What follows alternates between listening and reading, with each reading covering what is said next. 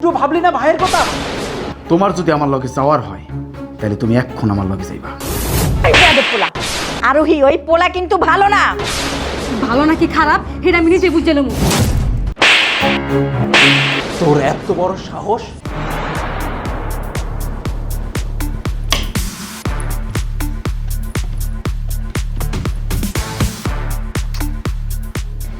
এই তো টাকাগুলা পাইয়া গেছি গা, এখন তাড়াতাড়ি বেরোইতে হবো, নাহলে যে কেউ দেখে ফেলতে পারে।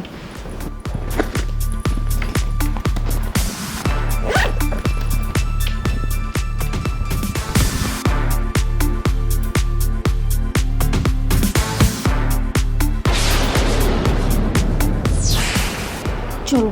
সব নিয়ে আসছো? হ্যাঁ, টাকা পয়সা সব কিছু নিছি। চলো চলো। এই তোর 100 বার কইছি এই পোলার লগে তুই সম্পর্ক রাখবি না, আর তুই এখন এই পোলার লগে ভেগে যেতেছস। হ্যাঁ, এই শয়তান ছেলে। কি ব্যাপার? আপনি ওর গায়ে হাত তুলতেছেন কেন? তোমার এত বড় সাহস, তুমি আমার মাইয়া লয়ে ভাগ্যা যাইতাছো, আবার আমার মুখের উপর তর্ক করতেছো। হ্যাঁ, এই বেয়াদব পোলা। মা, সাহস ওর না, সাহস আমার, কারণ ওরে আমি ভালোবাসি, আর আমার বিয়ে যদি করতেই হয় আমি ওরে বিয়ে করবো। কি করলি তুই? পরে বিয়ে করবি? তুই নিজের পায়ে নিজে কুড়াল মারতাছস কিন্তু। আরোহী, তুমি আমারে তোমার বাড়িতে আসতে কইছো যেন আমি তোমার এনে পালাইতে পারি, এই জন্য আসতে কইছো নাকি তোমার মায়ের অপমান সহ্য করার লেগে আসতে কইছো? আমি তোমার সাফ সাফ কয়ে দিতেছি, তোমার যদি আমার লগে যাওয়ার হয় তাহলে তুমি এক্ষণ আমার লগে যাইবা, আর যদি তুমি আমার লগে আজকে না যাও আমি আর জীবনে তোমার সামনে এসে খারাপ না। কি করতেছে এসব? আমি তোমার ভালোবাসি, আর তোমার স্যার আমি কই যাবো? দেখো মা, আমার আজ হলো বিয়ে দিতে হইব, কাল হলে বিয়ে দিতে হইব, বিয়ে যদি দিতে হইব আমার ওর লগে বিয়ে দিতে তোমার সমস্যা কি? আরোহী, ওই পোলা কিন্তু ভালো না। ভালো নাকি খারাপ এটা আমি নিজে বুঝে নেবো, তোমার হ্যাঁ চিন্তা করা লাগবো না। আচ্ছা, যাবি না, যাবি না। আরোহী, শেষবারের মতো কইতেছি, তোমার যদি আমার লগে যাওয়ার হয় তাহলে ওই হাতটা সারি দিয়ে তুমি আমার লগে যাবা।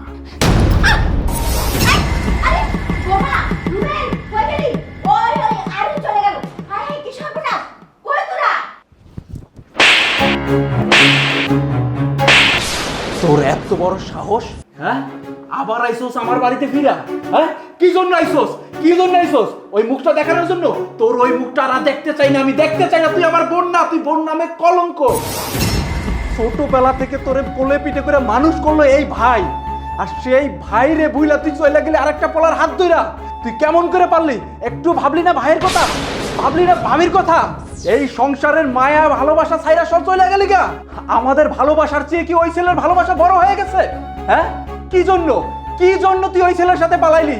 এই, তুই ছোট্টবেলা যখন স্কুলে যাইতি তখন আমার কাছে বলতি ভাই আমাকে 5 টাকা দাও, আমি তোকে 10 টাকা দিতাম।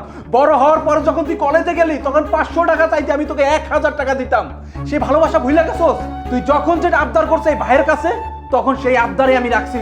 সেই ভালোবাসাকে প্রত্যাখ্যান করে তুই একটা ছেলেকে চিনোস না, জানোস না, সেই ছেলের হাত ধরে চলে গেলি। আরে অন্য মানুষের বোনদের যে পরিমাণ ভালোবাসতো ভাইরা, তার চেয়ে বেশি ভালোবাসতাম আমি তোরে। কিন্তু তুই কি করলি? হ্যাঁ, ভালোবাসার কি প্রতিদান দিলি? এই মুখ পুরি, মুখ পুরাইয়া তারপরে ফিরে আইসোস না? বুঝতে পেরেছি, তুমি যে 5 লক্ষ টাকা নিয়ে গিয়েছিলে, এখন কই তোমার সেই ভালোবাসার মানুষ কই? মানে 5 লক্ষ টাকা শেষ, তোমাদের ভালোবাসাও শেষ। টাকা শেষ হয়েছে আর ভালোবাসা জানলার ফাঁক দিয়ে পালিয়ে গেছে, তাই না? তুমি কি মনে করেছো যে তুমি আবার আসবে, এভাবে কান্নাকাটি করবে, আবার টাকা নিবে, আবার চলে যাবে? দেখো আরোহী, তুমি যদি এই চিন্তা ভাবনা করে এখানে আসো তাহলে আমি মনে করবো তুমি ভুল ভাবছো। আমাদেরও তো একটা ভবিষ্যৎ বলে কিছু আছে, তাই না? তুমি যখন চলে গিয়েছো, মা তোমাকে বারবার আটকানোর চেষ্টা করেছে, তুমি যেও না, ছেলেটা ভালো না। তার সম্পর্কে কোনো কিছু যাচাই বাছাই না করে তুমি তোমার ভালোবাসার মানুষের সাথে হাত ধরে চলে গিয়েছো। আবার কোন মুখে তুমি এই বাড়িতে ফিরে এসেছো? যাও, তুমি তোমার ভালোবাসার মানুষের কাছে ফিরে যাও। আমি তোমার কাছে হাত জোর করছি, এই পরিবারের মান সম্মানটা তুমি আর নষ্ট করো না। সামনে আমি মা হতে যাব, তখন আমার সন্তান তোমাকে দেখে কি শিখবে বলো, যে তার ফুপ্পি এরকম? আমি তোমার মতো মেয়েকে এই বাড়িতে রাখতে পারবো না। তুমি দয়া করে এখান থেকে চলে যাও, আর এটাই তোমার জন্য মঙ্গল হবে। আরে পরিবারের মানুষ কোনোদিনই বোনের খারাপ চায় না। প্রত্যেকটা ভাই চায় বোনকে একটা ভালো ছেলের হাতে তুলে দিতে। আমিও চেয়েছি যে একটা ভালো ছেলের হাতেই তোকে তুলে দিব, কিন্তু তুই কি করলি? আমার কথা মানলি না, মায়ের কথা মানলি না, ভাবির কথা মানলি না। আজ সেই পরিবারের কাছে আবার ফেরত আসলি। কিসের জন্য? হ্যাঁ, কিসের জন্য? তোর লজ্জা করলো না আমাদের কাছে ফেরত আসতে? ভাইয়া, বিশ্বাস করো, ওই আমারে কিভাবে কি বুঝাইছে আমি কিচ্ছু বলতে পারবো না। আমি একদম ঘোরের ভিতরে ছিলাম, ভালো মন্দ কিচ্ছু বোঝার মতন আমার ক্ষমতা ছিল না। ও আমাকে যা বলতো ওর সব কথাই আমি হ্যাঁ হ্যাঁ করতাম, ওর কোনো কথাই আমি না না করতাম না। যখন আমি এই বাড়ি ছেড়ে তোমাদের ছেড়ে চলে গেলাম, তখন বুঝতে পারছি ও আসলে কতটা খারাপ মানুষ। আমি তো এর আগে বুঝতে পারি নাই। আমি যদি বুঝতে পারতাম তাহলে তো তোমাদেরকে ছেড়ে আমি যেতাম না। যখন আমাকে বিয়ে করলো, বিয়ের পর ওর আসল রূপ বের হয়ে গেল। প্রত্যেকটা দিন আমার গায়ে হাত তুলতো, নেশা করতো, জুয়া খেলতো। আর এই বাড়ি থেকে আমি যে পরিমাণ টাকা নিয়ে গেছি, সেই টাকাগুলো দিয়ে জুয়া খেলতো, নেশা করতো। যে টাকাগুলো শেষ হয়ে গেছে, এখন আমাকে বলতেছে আমাকে নাকি ওর কোনো প্রয়োজন নাই। এখন সে অন্য একটা মেয়েকে বিয়ে করছে। আমি এগুলো সহ্য করতে না পারি না, আমি তোমাদের কাছে চলে আসছি। এখন যদি মা, তুমি যদি আমাকে মাফ না করো, আমার আসলে মরা ছাড়া কোনো গতি নাই। ভাইয়া, তুমি আমাকে এবার মতন মাফ করে দাও। তুমি না বললা তুমি আমাকে কতটা ভালোবাসো? যদি ভালোবেসেই থাকো, তাহলে তুমি তোমার বোনের ভুলগুলো কেন মাফ করতে পারবা না? ভাবি, তুমিও কি আমাকে মাফ করতে পারবা না?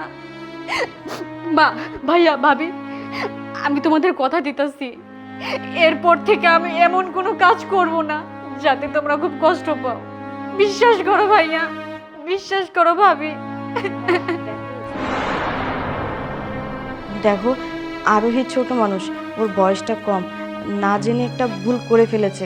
এখন কি আর করবে? আত্মহত্যা করা মহাপাপ। তোমরা ওকে ক্ষমা করে দাও, এটাই ওর জন্য মঙ্গল হবে।